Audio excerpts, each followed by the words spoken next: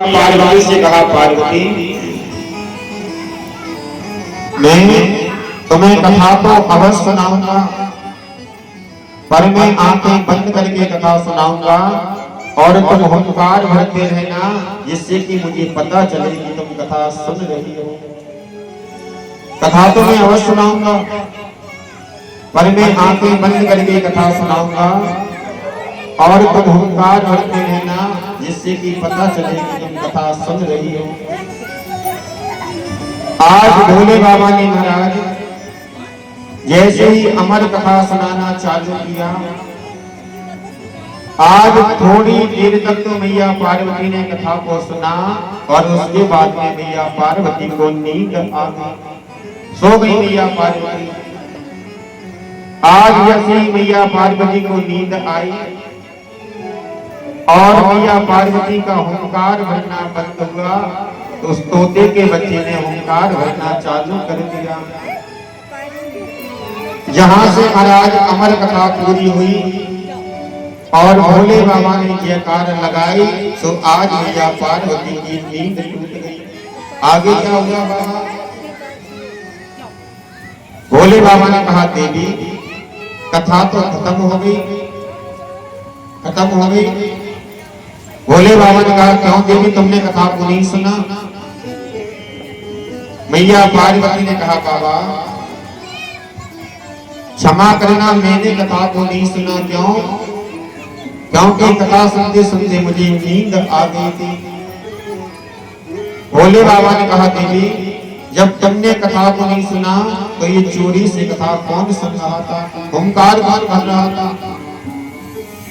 देखा महाराज, वो तोते का बच्चा घोंसले में से उड़कर भागा। भोले बाबा ने कहा, इस तोते के बच्चे ने चोरी से हमारे कथा को सुना है, मैं इसको नहीं छोड़ूंगा। आज तोते का बच्चा आगे आगे और भोले बाबा त्रिशूल लेकर उसे मारने जा रहे हैं। आज महाराज जैसे ही सुबह का समय हुआ, श्री वेदव्यास जी की पत्नी स्नान ध्यान करके बालों को सुखा रही थी। आज जैसे ही वेदव्यास जी की पत्नी को जमाई आई और जैसे ही मुख खुला, आज वह तोते का बच्चा मुख के द्वारा और गर्भ में प्रवेश कर गया। आज वो तोते का बच्चा मुख के द्वारा और गर्भ में पहुंच गया और जब उसका जन्म हुआ महाराज, तो उसका नाम हुआ श्री सुखदेव जी महाराज। एक वही सुखदेव जी महाराज हैं जो सुख काल में राजा परीक्षित को भागवत की कथा सुना रहे हैं।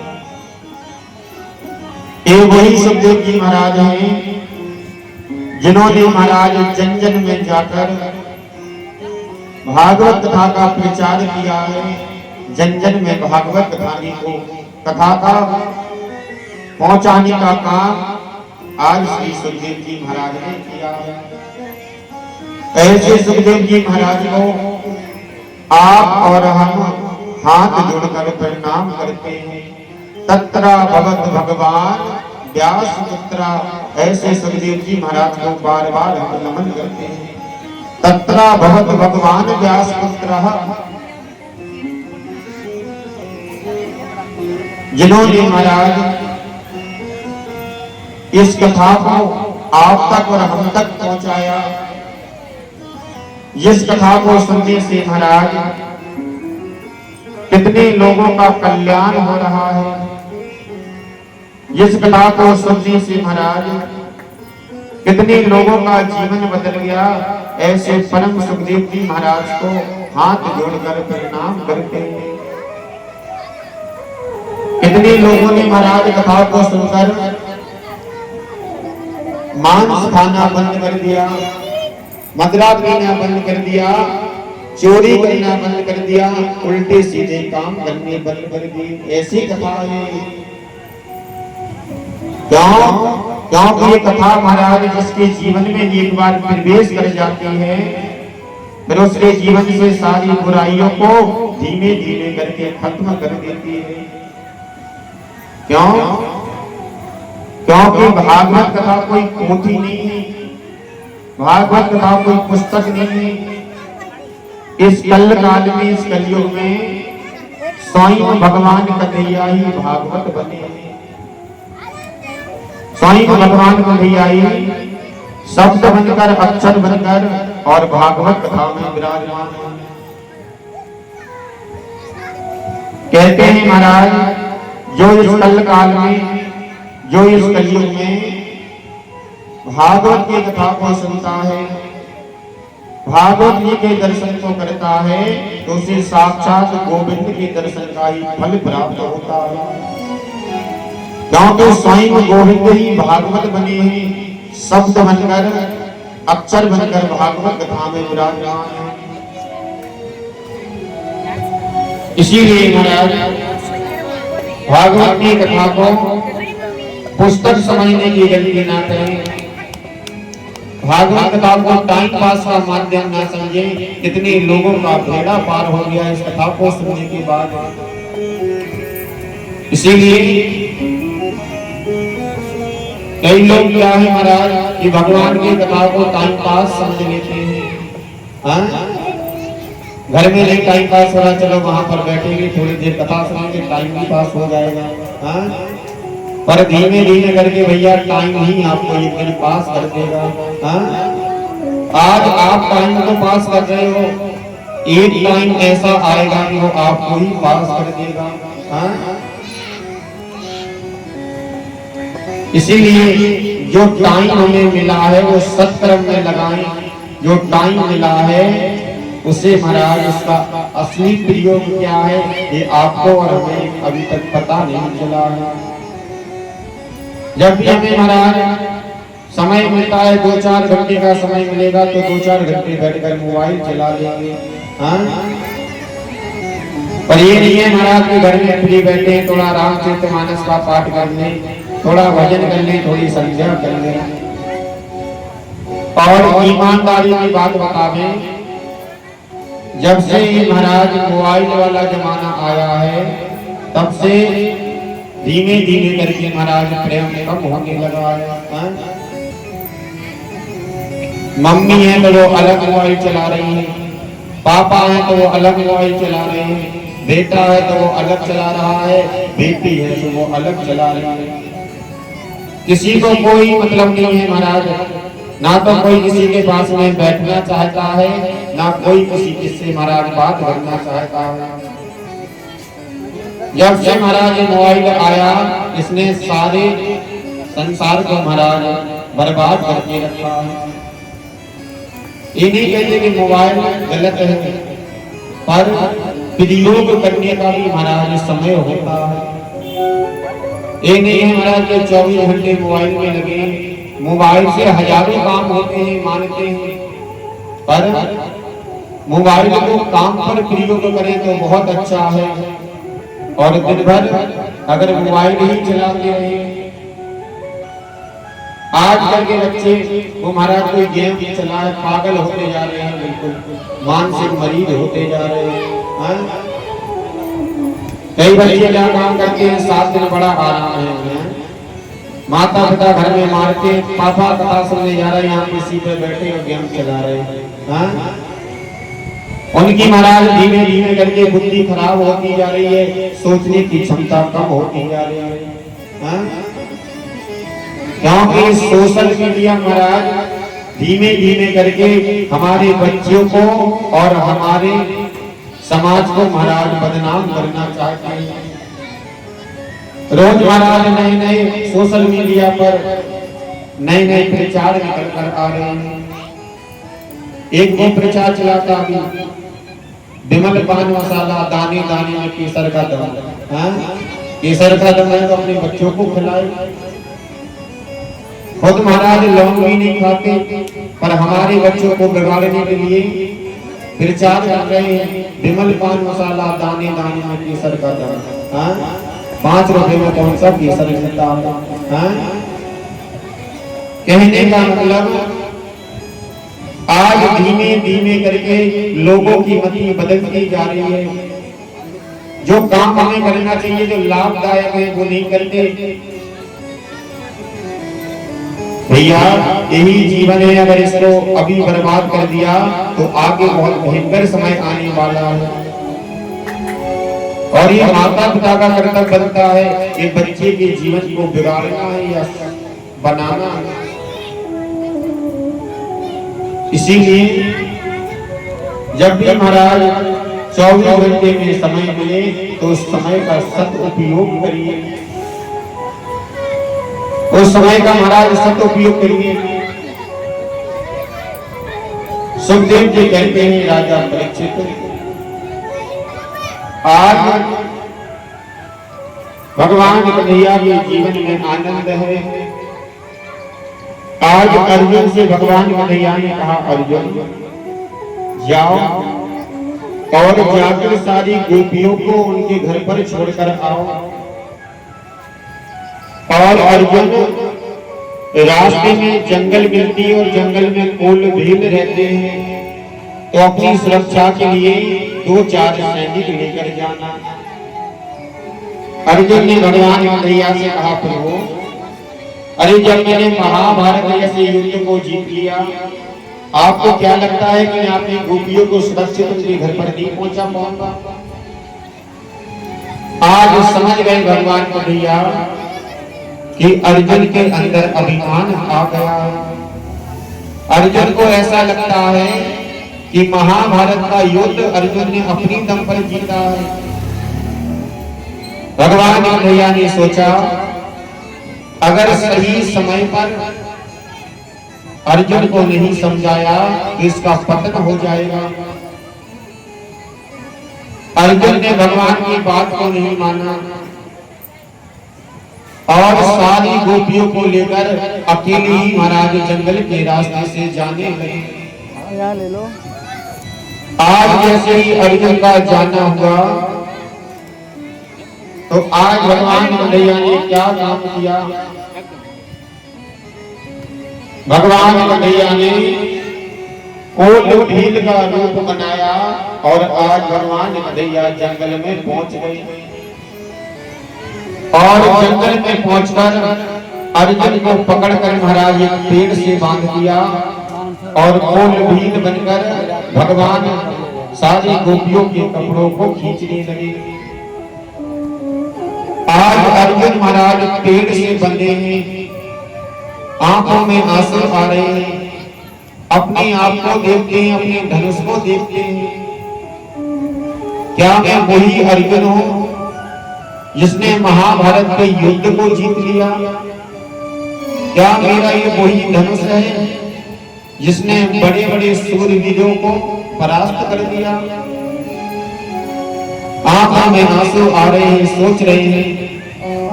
अगर महाभारत का युद्ध मैंने अपने दम पर जीता होता तो आज मैं गोपियों की लाज को अवश्य बचा लेता। आज अगर मैंने गोपियों की लाज को नहीं बचा पाया, इसका मतलब है कि महाभारत का युद्ध मैंने अपने दम पर नहीं जीता। गोपियों को बार बार देखते हैं, आंखों में आंसू आ रहे हैं और अर्जुन समझ गए, पुरुष बली नहीं होत है, समय होत बलवान, भीलन लोटी गोपिका बेअर्जुन बे बाण। समय समय पर होत है, समय समय की बात, राम जन्म का दिन बड़ा और कृष्ण जन्म की रात।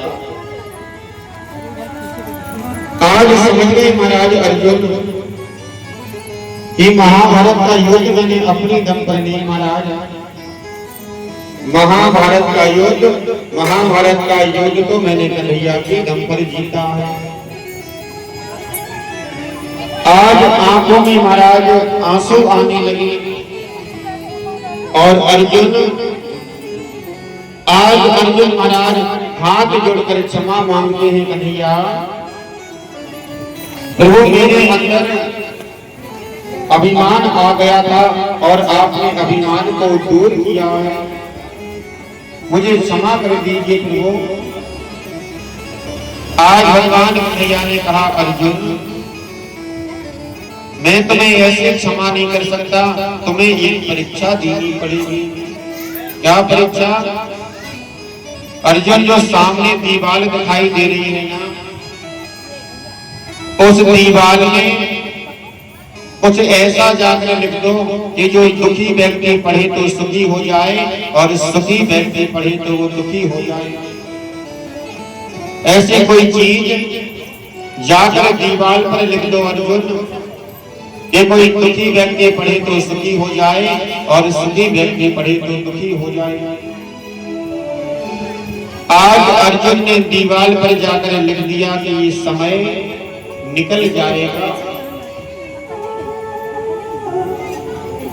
आज एक महाराज गरीब व्यक्ति वहां से निकल रहा था और उस गरीब व्यक्ति की नजर महाराज दीवार पर पड़ी, तो दीवार पर लिखा था कि ये समय निकल जाएगा। आज वो महाराज गरीब व्यक्ति खुश हो गया। भगवान जी बताना चाहते हैं कि ये समय निकल जाएगा, मेरे जीवन में जो गरीबी है वो दूर हो जाएगी। वो गरीब व्यक्ति महाराज खुश हो गया। और एक राजा महाराज वहीं से निकल रहे थे। राजा ने देखा कि दीवार पर लिखा है कि ये समय निकल जाएगा। आज राजा की आंखों में आंसू आने लगे। भगवान बताना चाहते हैं कि समय निकल जाएगा, इसका मतलब कि मेरा राजपाट छूट जाएगा, मुझे भी भिखारी बनना पड़ेगा, गरीब बनना पड़ेगा। आज राजा जैसे ही महाराज अपने राज्य में पहुंचे और अपने मुनीम से कहा, मुनीम जाओ और जाकर मेरी संपत्ति का हिसाब जोड़कर बताओ कि मेरे पास में कितनी संपत्ति है। मुनि ने महाराज हिसाब जोड़कर बताया, राजा आपके पास में इतनी संपत्ति है कि आपकी 7 पीढ़ियां बैठे बैठे खा सकती हैं। आज वो राजा महाराज जोड़ जोड़ से रोने लगा, चीखने लगा। मुनीम ने कहा, राजा आपके पास में इतनी संपत्ति है कि 7 पीढ़ियां बैठे बैठे खा सकती हैं, फिर भी आप रो रहे हैं। राजा ने कहा, इसी बात का तो दुख है मुनीम। अरे 7 पीढ़ियां तो मेरी बैठे बैठे खा लेंगी, पर जो 8वीं पीढ़ी आएगी उसका क्या होगा? अभी तक तो मैंने 8वीं पीढ़ी के लिए नहीं कमा पाया, पूरा जीवन निकल गया मेरा कमाते कमाते। 7 पीढ़ी खा पाएंगे, केवल जो 8वीं पीढ़ी आएगी वो भूखी मर जाएगी। आज जब महाराज राजा का अंत समय आया और जब यम के दूत राजा को पकड़कर ले जाने लगे, राजा से कहा, चलो राजा आपका समय पूरा हो गया है, अब आपको चलना ही पड़ेगा। राजा ने महाराज यम के दूतों से कहा, भैया अभी तो मैंने केवल संपत्ति को एकत्रित किया है, अभी तो केवल मैंने संपत्ति को जोड़ा है, ना तो मैंने तीर्थ यात्रा की, ना तो मैंने कथा भागवत सुनी और ना किसी को 1 रुपए दान में दिया। 1 महीने की मोहलत दे दो, 1 महीने में मैं तीर्थ यात्रा कर लूंगा, कथा भागवत सुन लूंगा और ब्राह्मणों को दान दे दूंगा। यम के गुरुओं ने कहा, राजन आप 1 महीने की बात करते हो, अब आपके पास में 1 दिन का भी समय नहीं है, आपका बुलावा आया है, आपको जाना ही पड़ेगा। राजा ने कहा, सुनो आप मुझे जानते नहीं हो, मेरे पास में इतनी संपत्ति है कि 7 पीढ़ियां बैठे बैठे खा सकती हैं, मैं पूरी संपत्ति तुम्हें दे दूंगा, बस 1 दिन का समय दे दो। आज सारी संपत्ति राजन ने यम के दूतों को देने का प्रयास किया, पर अपने जीवन का 1 मिनट भी खरीद नहीं पाया। एक लड़की महाराज यहाँ का बहा नहीं हुआ और राजा को महाराज इस संसार को छोड़कर जाना पड़ा। क्योंकि महाराज मृत्यु एक सत्य है, ना तो एक मिनट ज्यादा हो सकती है और ना एक मिनट कम हो सकती है। सब महाराज यहीं पर पड़ा रह जाएगा और व्यक्ति की जहाँ पर मृत्यु लिखी होगी वो व्यक्ति महाराज यहीं पर पहुंच जाएगा। इस जज धज कर जिस दिन मौत वो सहजादी आएगी, वो ना सोना आएगा ना चांदी आएगी। वो सज धज कर जिस दिन मौत की, ओ सज धज कर जिस दिन मौत की सहजादी आएगी, सहजादी आएगी। ना सोना कम आएगी ना चांदी आएगी, ना सोना कम आएगा ना चांदी आएगी। वो सज धज कर जिस दिन मौत की, ओ सज धज कर जिस दिन मौत की सहजादी आएगी, सहजादी आएगी।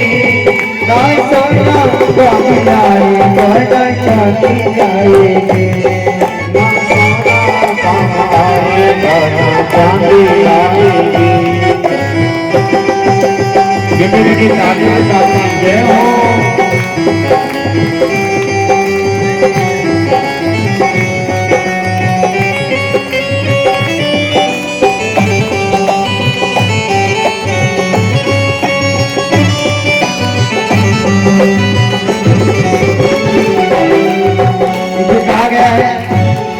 छोटा सा तो कितने बड़े अरमान है तेरे, अरमान है तेरे। बेटी का तू सोने के सामान है तेरे, वो बेटी का तू सोने के सामान है तेरे। वो बेटी की काया मिट्टी में, ओ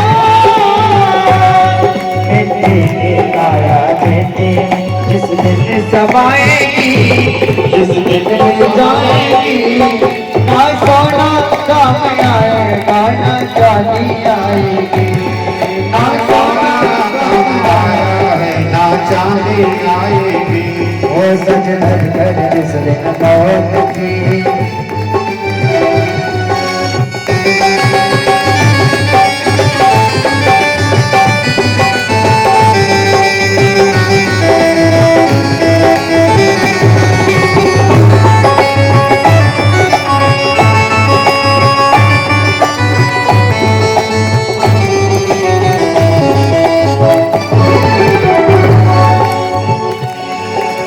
बोल के तो पूछी पिंजरा तोड़ के उड़ जा, पिंजरा तोड़ के उड़ जा। वो माया महल के सारे बंधन छोड़ के उड़ जा, हाँ माया महल के सारे बंधन छोड़ के उड़ जा। धड़कन में जिस दिन मौत तेरी, ओ धड़कन में जिस दिन मौत तेरी गुनगुनाएगी, गुनाएगी। ना सोना कम आया है ना चांदी आएगी, ना सोना कम आएगा ना चांदी आएगी। सच सच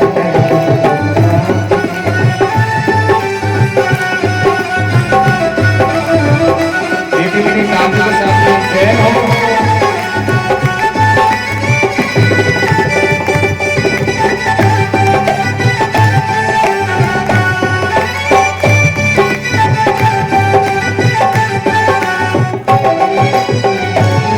कहा गया है अच्छे किए तुझे कर्म तो पाया मानुष तन, तो पाया मानुष तन। और पाप की तू बचता है पापी तेरा मन, हर पाप की क्यों बचता है पापी तेरा मन। ये पाप की नैया तुझको, ये पाप की नैया तुझको एक दिन डुबाएगी, एक जितने जुबाएगी, ना सोना कम आएगा ना चांदी आएगी, ना सोना कम आएगा ना चांदी आएगी। सच सच कर जिसने कमाओगी, चांदी आएगी, चांदी आएगी, ना सोना कम आएगा ना चांदी आएगी, ना सोना कम आएगा ना चांदी आएगी, ना सोना कम आएगा ना चांदी आएगी। बोलिए कृष्ण कन्हैया लाल की जय हो, भागवत महापुराण की जय हो, हनुमान जी महाराज की जय हो। थोड़ा जोर से जयकारा बोल दो, क्योंकि आज ही और बोलना है बस है। कल से नहीं कहेंगे कि जयकारा बोलो कि ताली बजाओ, हैं? कल से खूब आराम से खाओ पियो और सो जाओ। फिर नवरात्रि आएगी, फिर से भजन कीर्तन चालू हो जाएगा। तो यही महाराज मनुष्य का जीवन है, क्या लेकर आए क्या लेकर जाएंगे। एक साल में एक बार कथा हो जाती है, सब लोग एक जगह बैठ लेते हैं। अभी महाराज मोहल्ले में निकल जाओ, पड़ोसी का नाम पूछो तो पड़ोसी को नाम भी नहीं पता कि इसका क्या नाम है। क्यों? क्योंकि महाराज हमारे जीवन में इतनी व्यस्तता हो गई है कि अपने कामों से हम फ्री नहीं हो पाते। कथा भागवत होती है, भजन संध्या होती है, तो सारा मोहल्ला एक जगह बैठकर भगवान की कथा को सुन लेता है। भगवान की कथा से महाराज प्रेम बढ़ता है, भगवान की कथा जीना सिखा देती है। संसार के प्रपंच करने से अच्छा है कि जहाँ कहीं भी कीर्तन हो, जहाँ कहीं भी भगवान की कथा हो, तो प्रपंच करने से अच्छा है कि वहां जाकर हमें कथा सुन लेनी चाहिए। क्योंकि 4 दिन का जीवन है, कब किसको जाना पड़े कोई पता नहीं है। आया है सो जाएगा, राजा रंग फकीर, कोई सिंहासन चढ़ गई, कोई बंधा जंजीर। कब किसका बुलावा आ जाए महाराज कोई पता नहीं है। इसलिए जब तक जीवन है सबके साथ में प्रेम से रहो, सबके साथ में प्रेम से बोलो। सुखदेव जी कहते हैं राजा परीक्षित, आज अर्जुन के अभिमान को भगवान कन्हैया ने दूर किया। अर्जुन ने भगवान कन्हैया से सवाल किया, प्रभु हमें राजसी यज्ञ करना है और राजसी यज्ञ करने की विधि क्या है। भगवान कन्हैया ने अर्जुन को बताया, अर्जुन जो समस्त राजाओं पर विजय हासिल कर लेता है वही व्यक्ति राजसी यज्ञ कर सकता है। जो सारे राजाओं को जीत लेता है वही राजसी यज्ञ कर सकता है। अर्जुन ने कहा, प्रभु हमने महाभारत के युद्ध को जीत लिया, सारे योद्धा को हमने परास्त कर दिया, तो क्या हम राजसी यज्ञ कर सकते हैं? भगवान कन्हैया ने अर्जुन से कहा, अर्जुन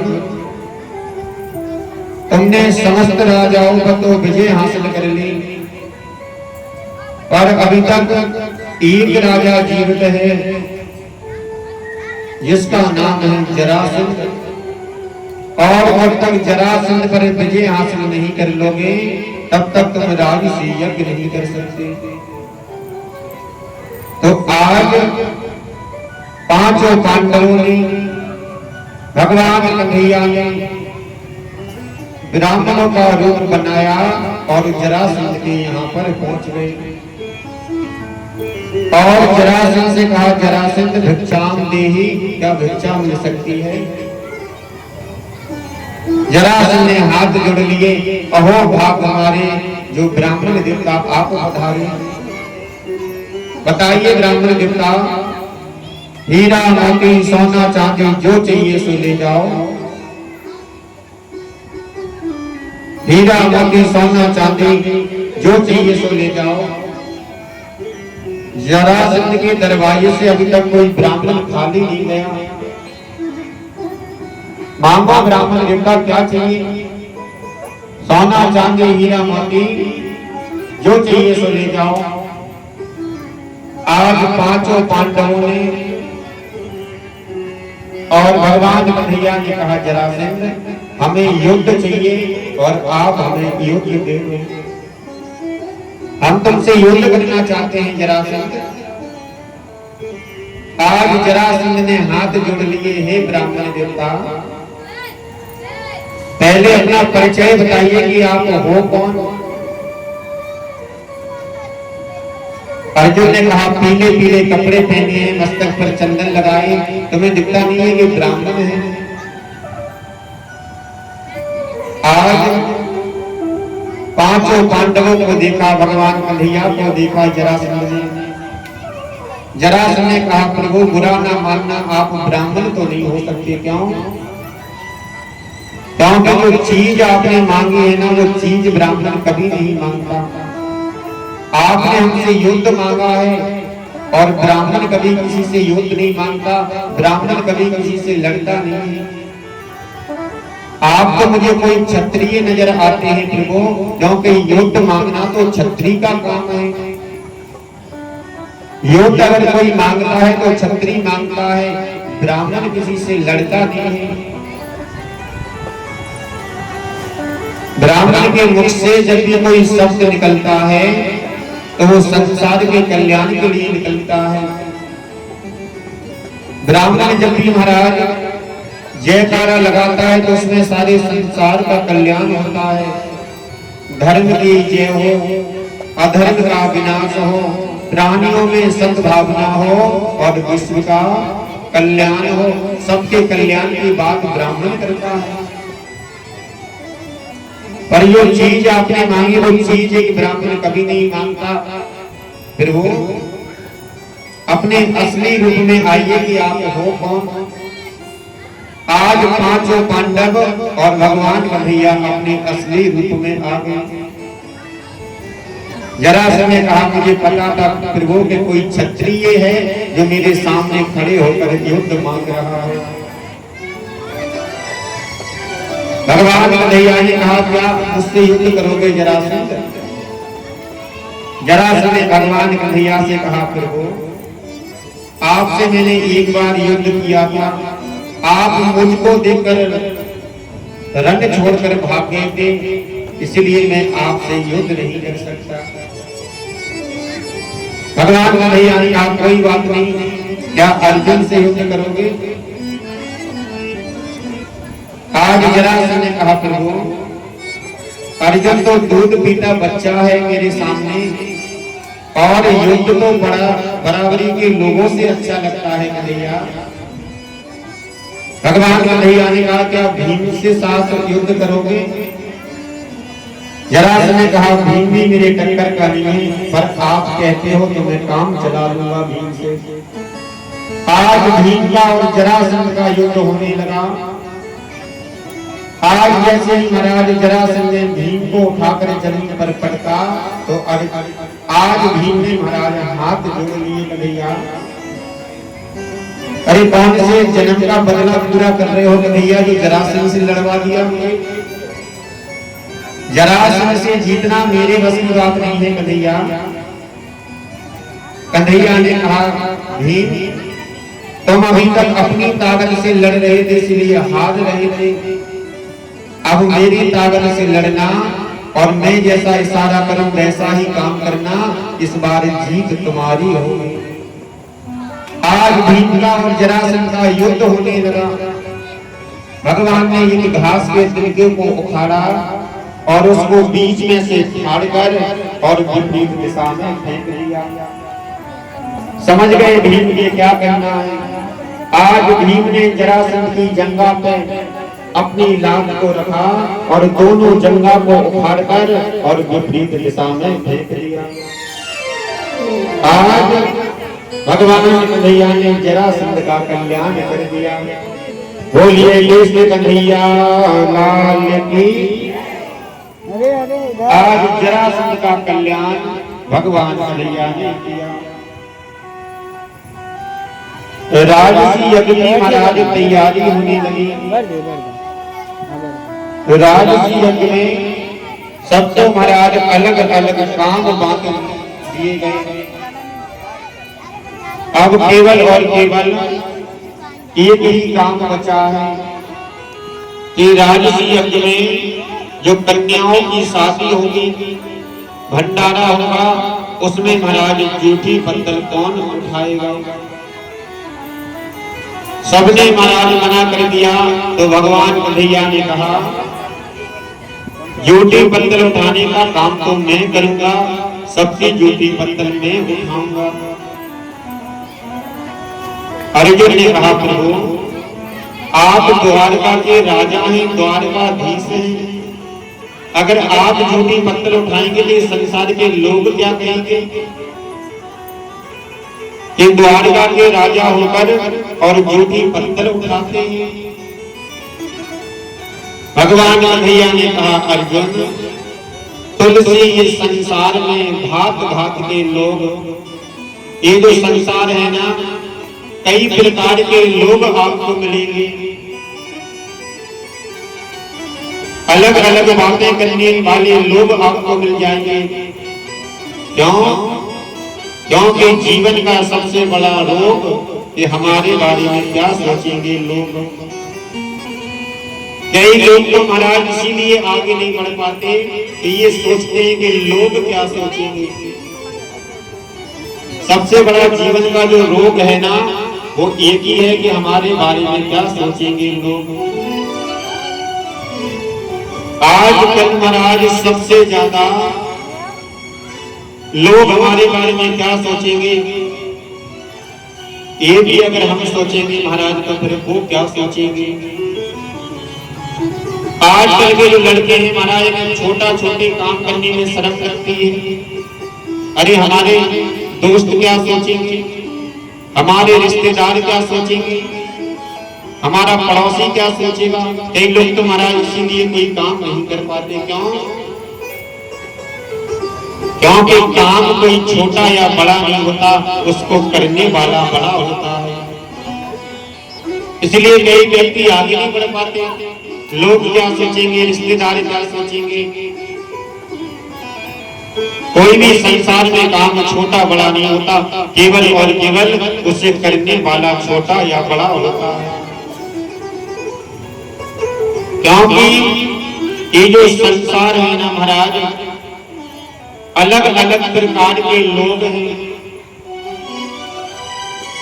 जो महाराज भक्त भी होते हैं ना, तो वो भी 3 वैरायटी के होते हैं। कैसे 3 वैरायटी के?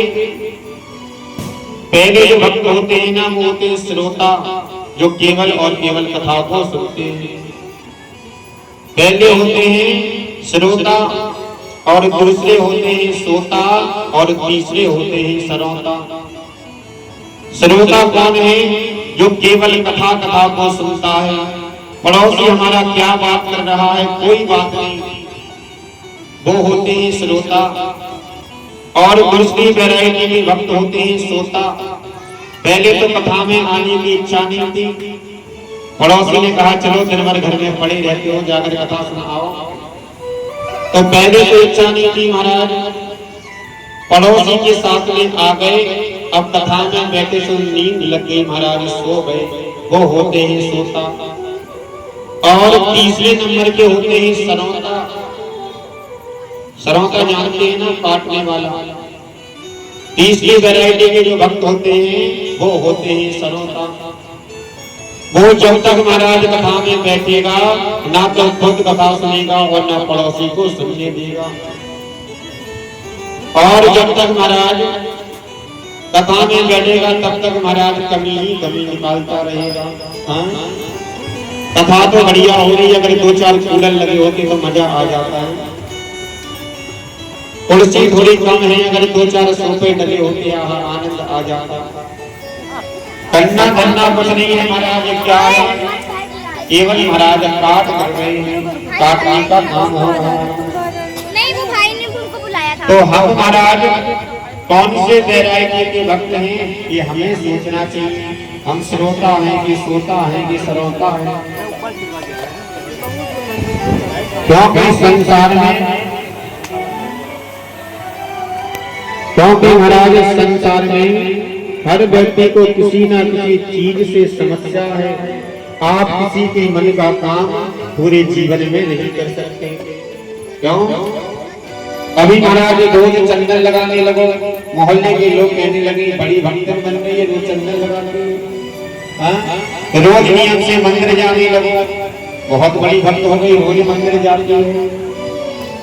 कहने का मतलब अच्छा भी करोगे तो संसार के लोग गलत बताएंगे और गलत करोगे तो भी गलत बताएंगे। इसीलिए जी की रही भावना जैसी, फिर वो मूरत देखी तैसी। हमारे लिए क्या सही है, क्या उचित है, हम अपनी सुने। संसार क्या कहता है, क्या सोचता है, ये हमें नहीं सोचना है। भगवान ने समझाया अर्जुन को, अर्जुन ये संसार हमारे बारे में क्या सोचता है उससे मतलब नहीं है। और आज राजसी यज्ञ में भगवान कन्हैया ने जूठी पत्थर उठाने का मांग दिया। राजसी यज्ञ की दुष्ट तीनों तामे जूट उठाई, सबसे ऊंची प्रेम सगाई। प्रेम विबल के पाले पड़कर हरिका नियम बदलते देखा, मेरा मान टले टल जाए, भक्त का मानना टलते देखा। प्रेम विबल पारत कहा जाओ, भूल गयो ठकुराई, सबसे ऊंची प्रेम सगाई। भगवान ने प्रेम के वश में होकर महाराज क्या क्या किया है जरा सोचकर देखिए। आज प्रेम के वश में होकर भगवान कन्हैया ने जूठी पत्थर को उठाया। आज राजसी यज्ञ की तैयारी होने लगी। अब राजसी यज्ञ में अध्यक्ष कौन बनेगा और ऊंचे सिंहासन पर जाकर कौन बैठेगा। अर्जुन ने कहा राजसी यज्ञ में अध्यक्ष तो भगवान कन्हैया को ही बनना चाहिए। आज उसी सभा में महाराज शिशुपाल बैठा था। आज शिशुपाल भगवान कन्हैया को गाली पर गाली, गाली पर गाली देने लगा। आज शिशुपाल ने महाराज भगवान कन्हैया को 100 गाली दी और आज शिशुपाल ने 100 गालियों को, आज भगवान कन्हैया ने 100 गालियों को सुना शिशुपाल की। क्यों? क्योंकि भगवान आपको और हमें बताना चाहते हैं कि जब मैं भगवान होकर, मैं परमात्मा होकर 100 गाली सुन सकता हूँ। अरे तुम इंसान हो, मनुष्य हो, 2, 4, 10 गाली सुनने की क्षमता अपने अंदर रखा करेगा। क्योंकि जब मैं भगवान होकर 100 गाली सुन सकता हूँ, तुम इंसान हो, अगर दिन में 2, 4 गाली कोई दे जाए तो बर्दाश्त कर लिया करें। सासू माँ कभी अगर बहू को गाली दे दे तो सुन लेना चाहिए। क्योंकि भगवान ने 100 गालियों को सुना। अगर सासू माँ दिन में 2, 4 गाली दे दे तो आशीर्वाद समझकर ग्रहण कर लेना चाहिए। आज 100 गालियों को भगवान कन्हैया ने सुना। शिशुपाल से कहा शिशुपाल बस करो, मैंने तुम्हारी माँ को वचन दिया था शिशुपाल कि तुम्हारी 100 गलतियों को मैं माफ करूंगा। तुम अपनी मर्यादा भूल रहे हो शिशुपाल। आज शिशुपाल ने बात को नहीं माना। भगवान कन्हैया को गुस्सा आई। आज चक्र सुदर्शन से शिशुपाल के सर को धड़ से अलग कर दिया। आज वो चक्र महाराज इतनी तेज गति से चला कि भगवान कन्हैया की उंगली पर खून आने लगा, रक्त बहने लगा। कोई जाता है महाराज वैद्य को बुलाकर लाता है, कोई जाता है किसी को बुलाकर लाता है।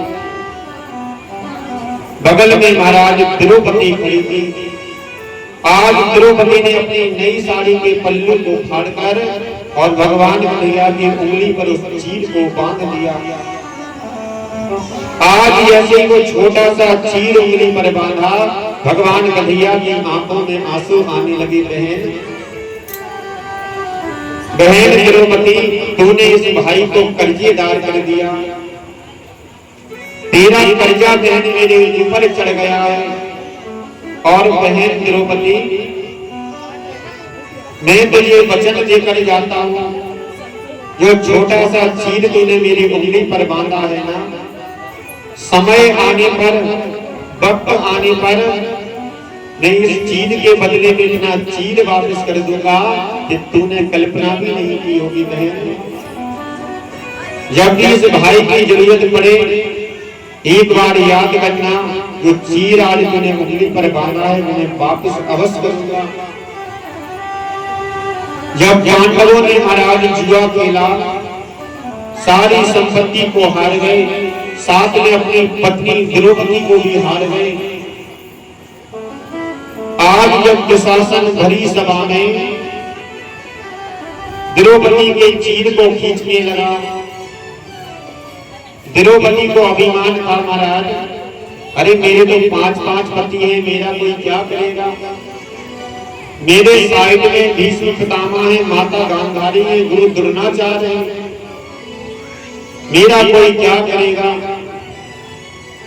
आज जब भरी सभा में दुशासन द्रौपदी के चीर को महाराज खींचने लगा, 5 पतियों का महाराज सर नीचे हो गया,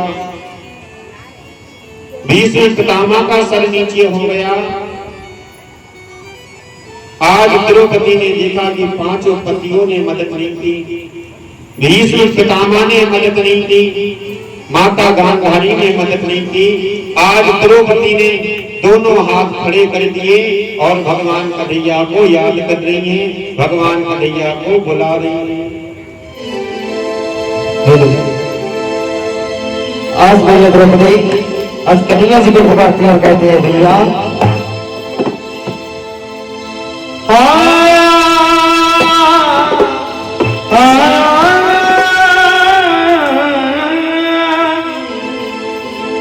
कहाँ जा चुके हो। आज कन्हैया को याद करती है, कहती है कहाँ जा चुके हो वो प्यारे कन्हैया, कहाँ जा चुके हो वो प्यारे कन्हैया, दरिया लाज मेरी लुटी जाती है, कहाँ जा चुके हो वो प्यारे कन्हैया, कहाँ जा चुके हो वो प्यारे कन्हैया, यहाँ लाज मेरी लुटी जाती है, कहाँ जा चुके हो।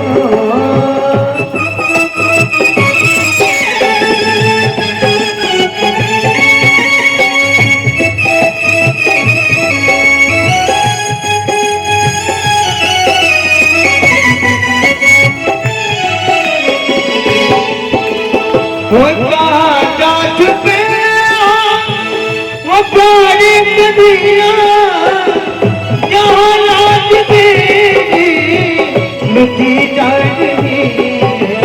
और जुए में पति मेरे हारे बाकी, जुए में पति मेरे हारे बाकी, वो तमामी जिंदगी खिंची जा रही है, कहाँ जा चुके हो।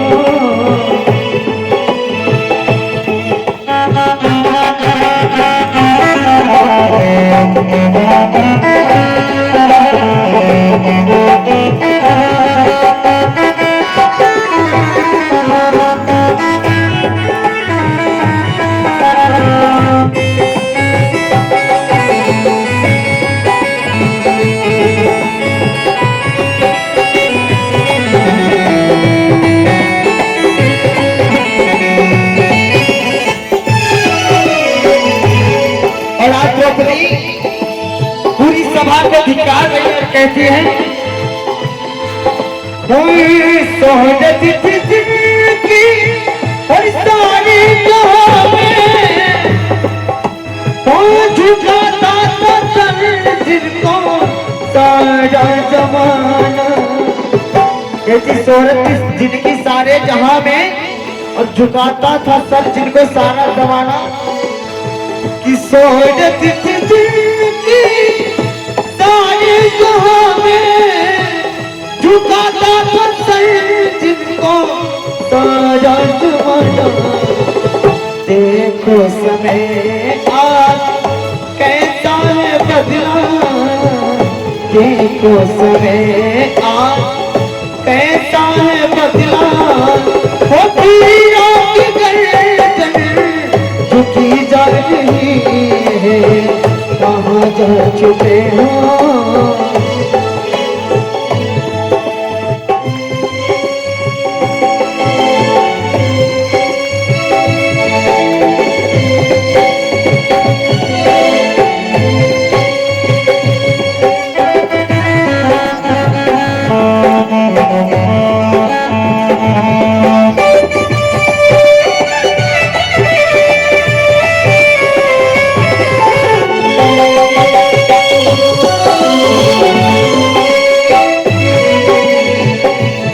उसी सभा में पूरे समाज के पितामह द्रोणाचार्य भी बैठे हुए हैं और कृपाचार्य भी बैठे हैं। लेकिन आज द्रौपदी रो रो कर अपने भैया कन्हैया को पुकार रहे हैं कि पितामह गुरु कृपाचार्य आदि दया धर्म है आदि सबने भुला दी। लेकिन जितना आप लोग दया धर्म करते थे आज सारा सब कुछ भूल गए। बड़े हैं अधर्मी सभी इस सभा में, बड़े हैं अधर्मी सभी इस सभा में। किसी को न पूछिए दया नहीं है, कहाँ जा चुके हो और कन्हैया। और जब इतना सुना तो कन्हैया जी अपनी बहन की रक्षा करने के लिए आए। आज दुशासन लाख कोशिश कर रहा है, लेकिन द्रौपदी का बाल भी बांका न कर सका। खींच न सका दुशासन दुआरा, न समझी इशारा तुम्हारा, न समझी इशारा तुम्हारा। ये सारे कहतान में तुम छिपे हो, ये सारे कहतान में तुम छिपे हो। इसीलिए सारी बढ़ी जा रही है, कहाँ जा चुके हो वो प्यारे कन्हैया। यहाँ रात मेरी लुटी जा रही है, यहाँ रात मेरी लुटी जा रही। बोलिए कृष्ण कन्हैया लाल की जय हो, भागवत महापुराण की जय हो। आज द्रौपदी ने देखा पांचों पतियों ने मदद नहीं की, भीष्म पितामह ने मदद नहीं की। पांचों पतियों का महाराज सर आज नीचे हो गया। देखा कि महाराज किसी ने लाज को नहीं बचाया। भगवान कन्हैया को याद किया, हे कन्हैया मेरी रक्षा करो, हे द्वारकाधीश मेरी रक्षा करो। आज भगवान कन्हैया ने इतना चीर बढ़ाया कि दुशासन महाराज खींचते खींचते परेशान हो गया। छोटे से चीर के बदले में भगवान ने इतना सारा चीर बढ़ा दिया कि दुशासन को पसीना आ रहा है, चीर खींच रहा है, पर वो चीर महाराज कम नहीं हो रहा। कि साड़ी बीच नारी है कि नारी बीच साड़ी है, साड़ी है कि नारी है कि नारी है कि साड़ी है। आज प्रशासन को महाराज पसीना आ रहा है, नारी बीच साड़ी है कि साड़ी बीच नारी है, नारी है कि साड़ी है कि साड़ी है कि नारी है, नारी बीच साड़ी है कि साड़ी बीच नारी है। आज प्रशासन समझ नहीं पा रहा कि नारी में से साड़ी निकल रही है, ये साड़ी में से नारी निकल रही है। द्रौपदी ने कहा, मूर्ख दुशासन, ना नारी बीच साड़ी है ना साड़ी बीच नारी है, ये तो मेरा वृंदावन बिहारी है जो चीर बनकर खिंचा जा रहा है, ये मेरा वृंदावन बिहारी है। कल्पना करिए महाराज, छोटा सा चीर उंगली पर बांधा था, भगवान ने उस छोटे से चीर के बदले में इतना चीर वापस कर दिया कि किसी ने महाराज कल्पना भी नहीं की होगी। इसीलिए आज अगर हमने भगवान के लिए थोड़ा सा भी कुछ किया है ना, कल उसका चौगुना महाराज बढ़कर मिलेगा। ये हमारी आस्था है भगवान से। क्योंकि भगवान 1 रुपए के लिए किसी की उधारी नहीं रखते, समय आने पर, वक्त आने पर महाराज वो वापस कर देते हैं। बहुत से लोग आते हैं, पूछते हैं, पंडित जी भगवान हम पर कृपा नहीं करते, कब कृपा करेंगे? अरे भैया, भगवान तो रोज कृपा करते हैं, पर उनकी कृपा हमें नजर में नहीं आती। क्यों? क्योंकि रात में आंखें बंद करके सो जाते हो, सुबह में आंखें खुल जाती हैं, ये परमात्मा की कृपा है। भूख लगती है, समय से भोजन मिल जाता है, ये भगवान की कृपा है। 24 घंटे बाहर घूमते रहते हैं, सुरक्षित अपने घर वापस आ जाते हैं, ये भगवान की कृपा है। भगवान तो रोज कृपा करते हैं मनुष्य पर मनुष्य को उनकी कृपा नजर नहीं आती। हजार बातों को रात में हम सोचकर सो जाते हैं और सुबह उठते हैं तो वो हजारों बातें हमें याद आ जाती हैं, ये भी परमात्मा की कृपा है। भगवान ने जो मेमोरी कार्ड लगाया है ना, रात में अगर डिलीट कर दिया महाराज तो सुबह में पता ही नहीं चलेगा किससे पैसे लेना है और किसको देना है। सब कुछ हमें याद आ रहा है, समय पर भोजन मिल जा रहा है, रात में सो जाते हैं, सुबह में आंखें खुल जाती हैं, ये परमात्मा की कृपा है। भगवान रोज कृपा करते हैं महाराज मनुष्य पर उनकी कृपा नजर नहीं आती। रोज कृपा करते हैं। आज द्रौपदी पर भगवान कन्हैया ने कृपा की। छोटे से चीर के बदले में इतना चीर आज भगवान ने वापस कर दिया। इसीलिए महाराज संसार में जब सारे लोग साथ छोड़ देंगे ना, जब आपको ऐसा लगेगा कि संसार में अब हमारा कोई नहीं है, उस समय गोविंद को याद करना, वही गोविंद आकर आपकी सहायता करेंगे, वही आकर आपकी मदद करेंगे। केवल गोविंद को महाराज याद करना। सबको आजमा कर देख लिया, अब एक बार परमात्मा को आजमा कर देखो। सारे रिश्ते जहाँ से खत्म हो जाते हैं, वहीं से भगवान का रिश्ता चालू होता है। जब संसार में कोई साथ नहीं देता, तब आकर परमात्मा ही साथ देते हैं।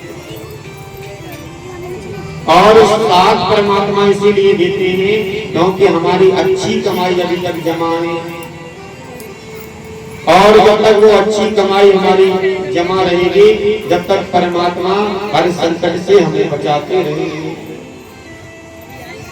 कई लोग महाराज कहते हैं आज हम बाल बाल बच गए, वो बाल बाल किस्मत से नहीं, वो बाल बाल परमात्मा ने दान की ताकत से बचा लिया। दान की पूंजी अभी तक जमा है, वही दान बार बार आपको बचा रहा है, उसी से आपकी मदद हो रही है। इसीलिए परमात्मा महाराज जगत मजूरी दीत है, ताही पौरा राम, परमात्मा किसी की मजूरी रोकते नहीं। भगवान की काम में हमने भी समय दिया है, हमने भी कथा को सुना है, तो हम भी महाराज यहाँ से झोली भर कर जाएंगे। यहाँ से परमात्मा झोली भर कर भेजेंगे महाराज, खाली हाथ जाने वाले नहीं। क्योंकि तीनों पर दया करने वाले बाकी बिहारी। आज द्रौपदी के लाज को भगवान कन्हैया ने बचाया। सुखदेव जी कहते हैं राजा परीक्षित, सुंदर महाराज राजसी यज्ञ हुआ। आज भगवान कन्हैया द्वारकापुरी में रहते हैं। भगवान कन्हैया एक समय बैठे थे। आज भगवान कन्हैया समीप मुनि के आश्रम उज्जैन में जाकर विद्या का महाराज अध्ययन किया और 64 दिन में सारी विद्या को भगवान ने प्राप्त कर लिया। कितने दिनों में? 64 दिनों में आज भगवान ने सारी विद्या को प्राप्त कर लिया। सुखदेव जी कहते हैं राजा परीक्षित, आज एक सुदामा नाम का ब्राह्मण है जो गुरु माता के आश्रम पर रहते हैं। भगवान कन्हैया और सुदामा की महाराज ऐसी मित्रता हो गई कि जहां पर सुदामा जी जाते हैं वहां कन्हैया जाते हैं, और जहां कन्हैया जी जाते हैं वहां सुदामा जी पहुंच जाते हैं। भगवान कन्हैया और सुदामा गुरु माता के आश्रम पर रहते हैं। सुखदेव जी कहते हैं राजा परीक्षित, आज गुरु माता के आश्रम पर कोई भोजन की व्यवस्था नहीं थी। गुरु माता ने भगवान कन्हैया और अर्जुन से, भगवान कन्हैया और सुदामा से कहा, सुदामा जाओ जंगल और जंगल से लकड़ी लेकर आओ, और भोजन की सामग्री तो कोई तैयार नहीं है, एक थोड़े से चने रखे हैं। तो सुदामा जब भूख लगे तो दोनों मिल बांट कर खा लेना, एक चने लेकर जाओ। आज जैसे ही सुदामा जी ने वो चने अपने हाथ में लिए, सुदामा जी समझ गए कि चने श्राप है, दुर्वासा ऋषि की श्राप लगी है।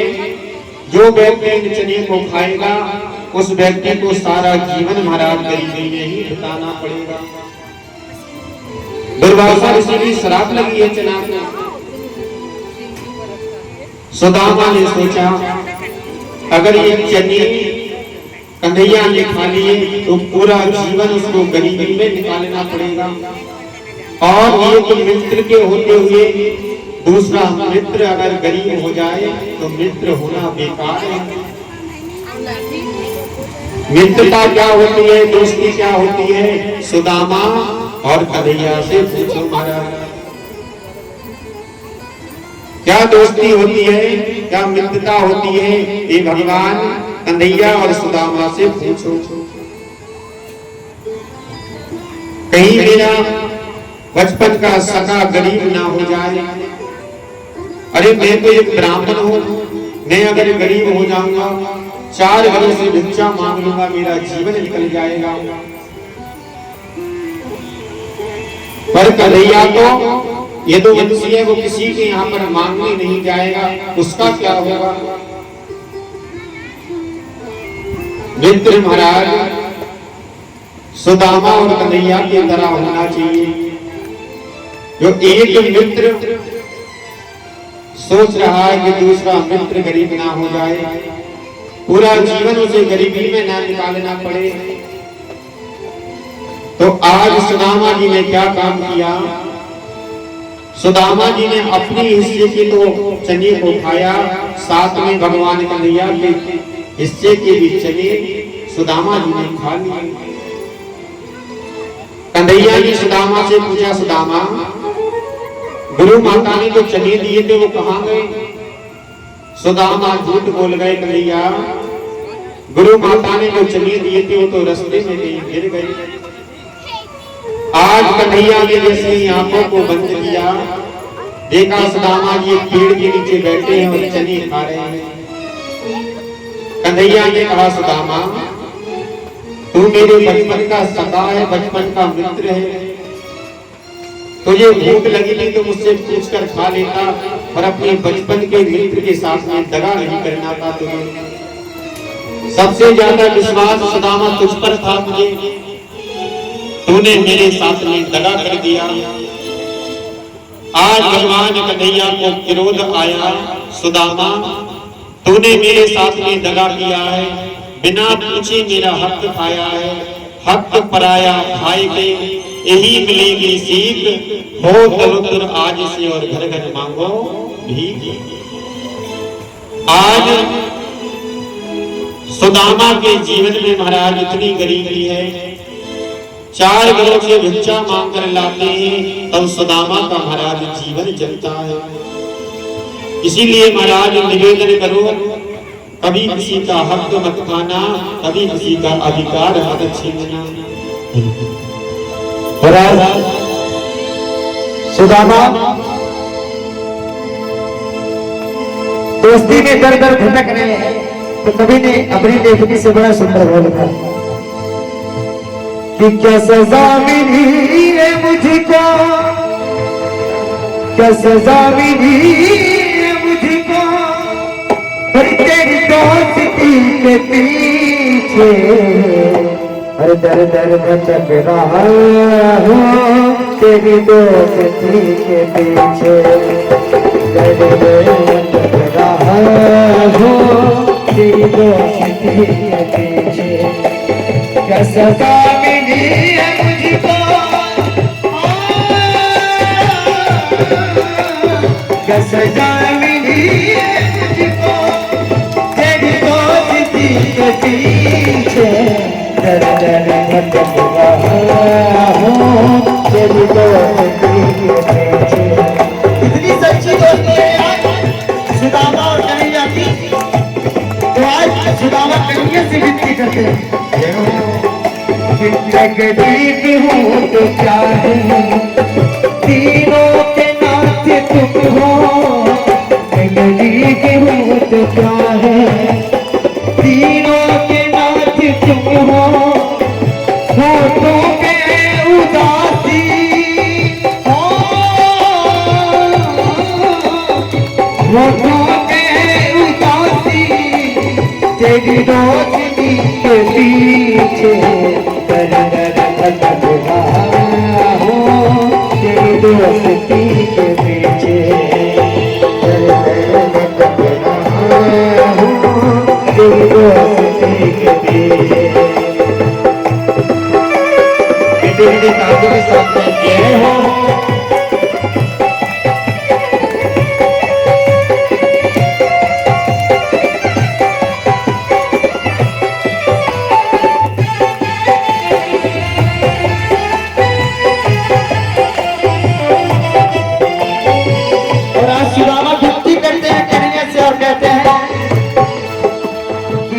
द्वारिका के वासी मैं अखियां तरस की प्यासी, द्वारिका के वासी, द्वारिका के वासी, हाँ अखियां तरस की प्यासी, कि दिखला झलक जगासी हो,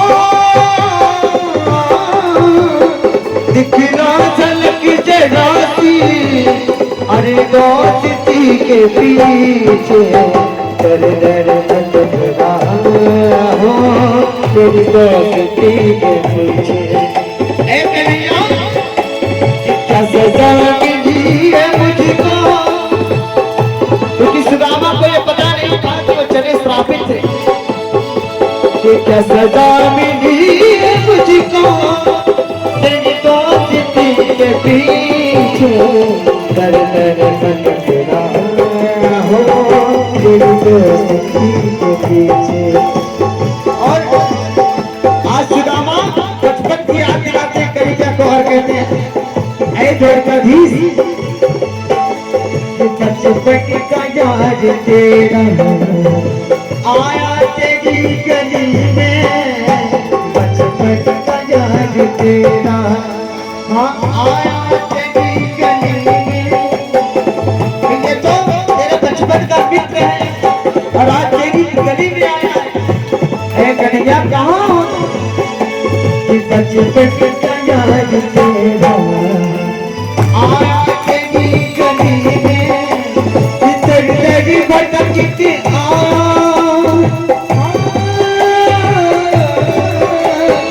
तेरी तेरी भटक के आया तेरी दोस्ती के पीछे तेरी दोस्ती के पीछे दर दर भटक रहा तेरी दोस्ती के पीछे। और अंतिम भाग कहते हैं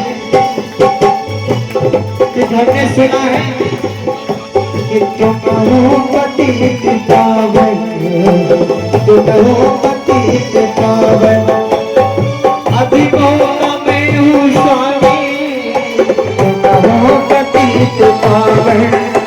हाँ अभी मौका में हूँ स्वामी कि अब तो दर्द कराना अब तो दर्द कराना तेरी दोस्ती के पीछे दर दर भटक रहा तेरी दोस्ती के पीछे तेरी तेरी भटक रहा तेरी दोस्ती के पीछे। सदा मिली है मुझको सदा मिली है मुझको तेरी दोस्ती के पीछे तेरी तेरी भटक रहा तेरी दोस्ती के पीछे तेरी तेरी भटक रहा तेरी दोस्ती के पीछे।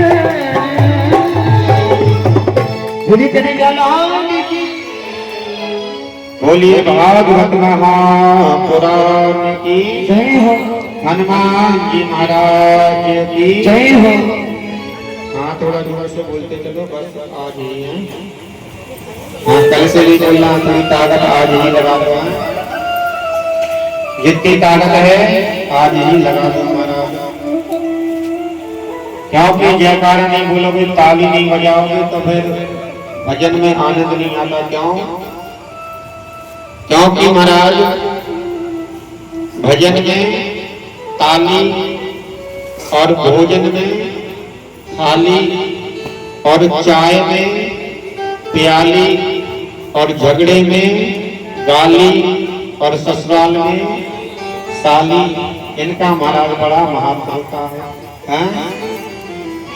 भजन में ताली कितना भी सुंदर भजन क्यों ना हो रहा हो अगर आपने ताली न बजाई तो वो भजन बेकार है। तो भजन में ताली और भोजन में थाली 56 प्रकार का भोजन बनाया हमने और जमीन पर परोस देंगे तो क्या कोई खाएगा? तो भोजन में थाली और चाय में प्याली प्याली जानते हैं ना कुल्हड़ में चाय आती है तो चाय में प्याली और झगड़े में गाली। अच्छा झगड़ा आगे कम बढ़ता है तब एक दूसरे को गाली देते हैं। गाली नहीं देंगे तो झगड़ा आगे बढ़ेगा नहीं। जब एक दूसरे को गाली देते हैं तभी जाकर झगड़ा बढ़ता है। तो झगड़े में गाली और ससुराल में साली इनका महाराज बड़ा महत्व होता है। एक जगह महाराज हमारी कथा हो रही थी तो एक बूढ़ी बूढ़ी माता जी रोज कथा सुनने आती और महाराज वो माता जी का नियम था कि सबसे पहले आकर और आगे बैठती थी और जैसे महाराज कथा सुनाना चालू करें वो माता जी महाराज रोना चालू कर दें। अब तो महाराज 3 घंटे तक हम कथा को सुनावे और 3 घंटे उनकी आंखों से टप टप आंसू बहते जाएं। हमने देखा कि माता जी बड़े भाव से कथा सुनती हैं, भावुक हो जाती हैं। फिर दूसरे दिन महाराज जैसे कथा चालू की और वो माता जी ने रोना चालू कर दिया। अब 2 दिन हो गए महाराज। तीसरे दिन हमने पूछा माता जी बड़ी भाव से कथा सुनती हो, आंखों में आंसू आते रहते हैं। हमने कहा कोई दिक्कत तो नहीं है, परेशानी तो नहीं है? कहा नहीं पंडित जी परेशानी तो कोई नहीं है। कुछ दिन पहले मैंने एक बकरा पाला था, बकरा, और उस बकरे से मैं पंडित जी इतना प्रेम करती थी, बेचारा दरवाजे पर बंधा रहता था, मैं करके सर हिला हिला के बेचारा दिन भर चिल्लाता रहता था। पता नहीं पंडित जी अभी 2-4 दिन पहले कौन सी बीमारी आई, वो बकरा मेरा 4 दिन पहले चिल्लाते चिल्लाते सर हिलाते हिलाते बेचारा मर गया।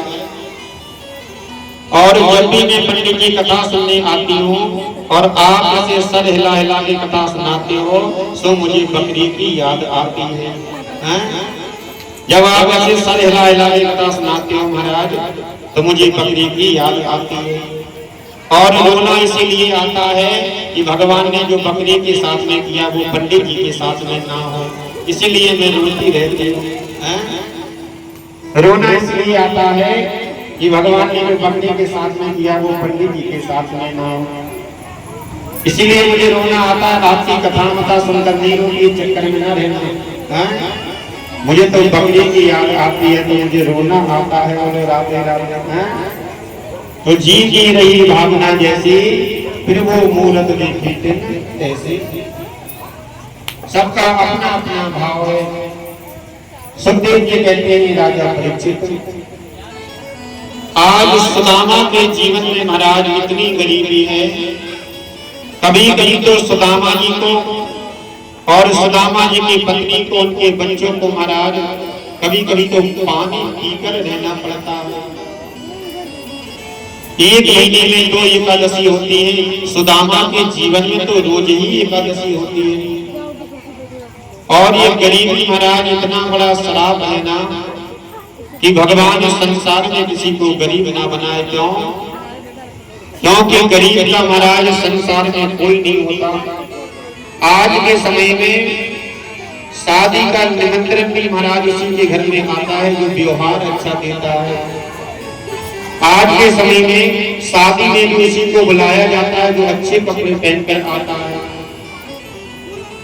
गरीब का महाराज संसार में कोई नहीं है, गरीब की तो केवल गोविंद है। और जब जीवन में महाराज गरीबी आती है ना तो सगा भाई भी महाराज साथ छोड़ देता है। जब जीवन में गरीबी आती है तो सगे रिश्तेदार भी साथ छोड़ देते हैं। जब गरीबी आती है तो खुद की पत्नी भी महाराज मुंह फेर लेती है। बन जाते हैं हजारों रिश्ते, तब पैसा पास होता है, टूट जाता है गरीबी में वो रिश्ता जो सबसे खास होता है, जो सबसे खास होता है। आपके जो खास रिश्तेदार होंगे जो अभी तक महाराज जीवन में गरीबी नहीं है, सब साथ देंगे। जैसे ही जीवन में गरीबी आ जाएगी आपके खास रिश्तेदार भी महाराज साथ छोड़ देंगे। आज सुदामा के जीवन में बड़ी गरीबी है, इसीलिए महाराज अरे तुम बैठी गए इसीलिए निवेदन करो संसार में महाराज किसी का हक मत खाना, अपनी मेहनत का 1 रुपए छोड़ना मत और किसी की मेहनत का महाराज 1 पैसा उठाना मत। क्यों? क्योंकि महाराज आज अगर हमने हक खा लिया, आज अगर हमने किसी के साथ में दगा कर दिया महाराज तो पूरा जीवन महाराज हमारा बर्बाद हो जाएगा। क्यों? क्योंकि दगा किसी का सगा नहीं, किया नहीं तो करके देख, जिसने ये दगा किया है जाकर उसका घर देख। दगा करके 4 दिन के लिए तो चमक जाओगे महाराज, पर अंत इतना भयानक होगा कि आपसे देखा नहीं जाएगा। इसीलिए कभी किसी के साथ में दगा न करना। छोटे से मकान के लिए, थोड़ी सी जगह के लिए भाई भाई से दगा कर देता है, बहन भाई से दगा कर देती है, यहाँ तक बेटा भी बाप से दगा कर देता है। और किसी की संपत्ति को हड़प कर किसी के साथ में दगा कर महाराज ना तो कोई बन पाए और ना पनप पाएगा। इसीलिए महाराज जितना परमात्मा दे रहे हैं उतने में ही खुश रहिए। किसी के धन को छीनकर महाराज बड़े आदमी बनने से कोई मतलब नहीं है। आज सुदामा के जीवन में इतनी गरीबी है, सुदामा की पत्नी को पता चला कि द्वारका के जो राजा हैं, द्वारकाधीश, वो सुदामा के बचपन के मित्र हैं। सुदामा जी से कहा तुम चले क्यों नहीं जाते, कन्हैया से जाकर मिल क्यों नहीं गए। सुदामा ने कहा मैं क्या मुंह लेकर जाऊंगा कन्हैया के पास, और ऐसे खाली हाथ चला जाऊंगे मित्र के यहाँ पर। मित्र के यहाँ पर खाली हाथ नहीं जाया जाता। सुदामा के पत्नी ने कहा कोई बात नहीं, तुम जाने की तैयारी करो, मैं कोई व्यवस्था करती हूँ।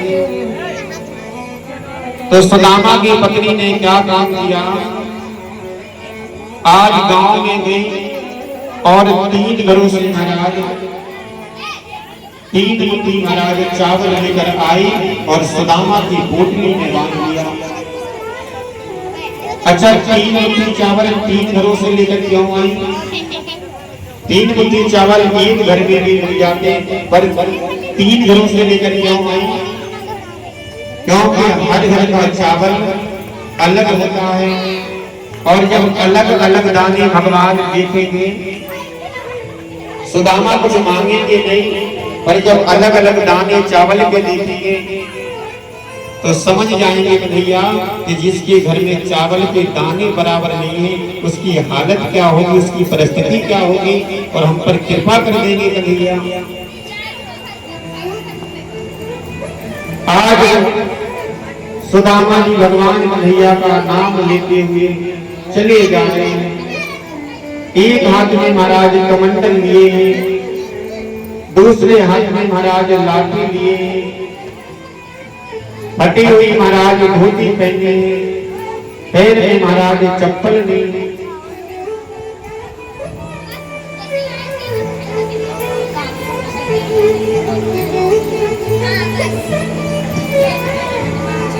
आज पैरों में महाराज खून निकल रहा है, चक्कर आ रहे हैं महाराज, और हाय कन्हैया की आज सुदामा जी चले जा रहे हैं।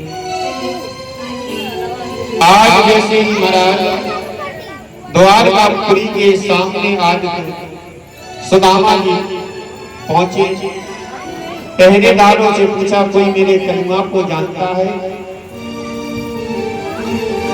पहरेदार ने कहा यहाँ पर कोई कन्हैया नहीं, यहाँ पर तो द्वारकाधीश रहते हैं, द्वारका के राजा रहते हैं। सुदामा ने कहा तुम्हारे लिए होंगे वो द्वारका के राजा, तुम्हारे लिए होंगे वो द्वारका के धीश, मेरा तो वो बचपन का मित्र है, मेरा तो वो बचपन का सखा है। जाओ और जाकर कह दो कि एक ब्राह्मण तुम्हारे दरवाजे पर आया है और वो अपना नाम सुदामा बताता है। आज सुदामा जी द्वारकापुरी के बाहर खड़े। आइए हमारे बीच में भी सुंदर सुदामा जी की झांकी आ रही है। सबके बीच में सुदामा जी आएंगे।